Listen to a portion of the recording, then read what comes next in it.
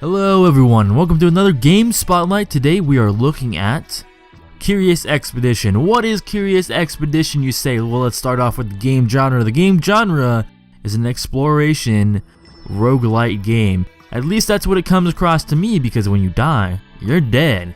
You do not continue throughout the game. You start over all the way from the beginning and continue exploring new areas. So, what do you do in game? In game, there's a lot of things you can do. Obviously, the big goal of the game is exploration. You are an explorer. There's many different characters you can play as to do these explorings. They each have their own benefits. But you're looking for fame. You're looking for the temple, the golden temples. And when you find them, you go to the next area. There are 5 different expeditions you go on. In those expeditions, you can run into tribes, ruins, tombs, aggressive animals that you all have to fight or talk with, or maybe you find a guy who wants you to go to a certain village to drop him off because he's a missionary, perhaps. There's a lot of different things that can happen in the game that cause you to say, do I want to go do this? Do I want to steal from this tomb? Because sometimes when you steal from the tomb, they're not that happy.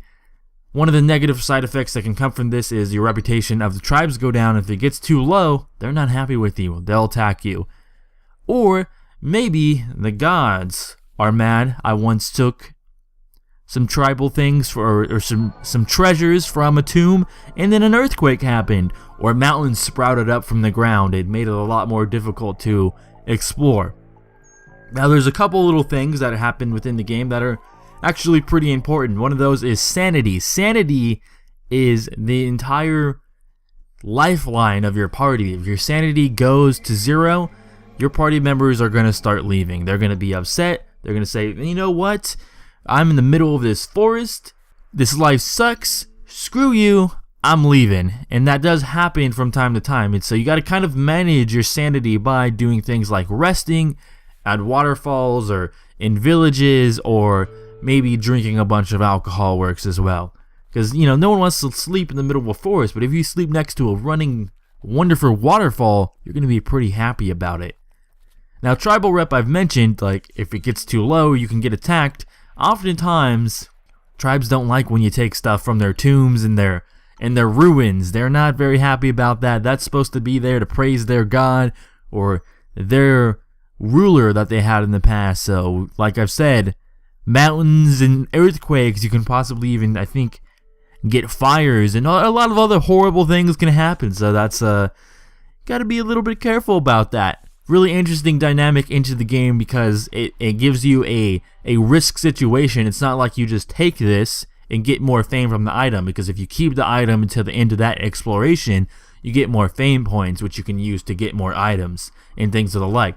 So you take it and you're like, oh yeah, I just want fame. You pick it up, you leave, and a giant earthquake happens, or mountains sprout up everywhere, or it lights on fire and burns down the whole forest or something of the like. Not very safe for your party. You probably could lose a lot of sanity because of it, because now there's a bunch of mountains everywhere. You're going to have problems getting to areas. As the more you travel, the longer it takes for you to travel, the more sanity you lose. There's also a wide variety of party members you can get. You can get like researchers and warriors and people who are very good at certain aspects of their lives or careers. And the number one thing that every party member will do is they always increase your inventory size. For every one party member you have, you get an extra person who can hold something. Unless you have a donkey, then a donkey can hold up to 3 items, I believe, maybe even higher if you get maybe an upgrade or something. But donkeys are the biggest thing, because while they can't really fight for you, they can definitely carry a lot of stuff. Now, fighting brings me into a whole different part of the game.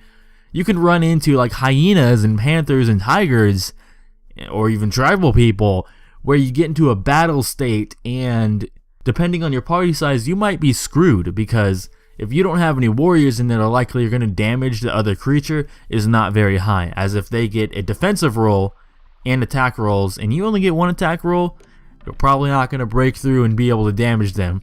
I like the fighting aspect because it actually reminds me a lot of pen and paper games, because you roll the dice, you get attacks, you get defense, or you get a big box of nothing. But those rolls might decide whether you're going to win or not, which adds a little bit of random, a little bit of more choice in the game, because do you want this researcher with you who will help you if you find ruins and things of the like that will prevent things or have things happen, certain dialogues that you wouldn't get without him, or do you want the warrior, the one who's going to protect you, have a more likely chance of doing damage if you do happen to run into some hostile threat? Overall, it's a pretty fun game. Right now, it is only a browser game, but they will be moving it into Steam. I will be linking the website in which you can buy the game. It's in alpha right now.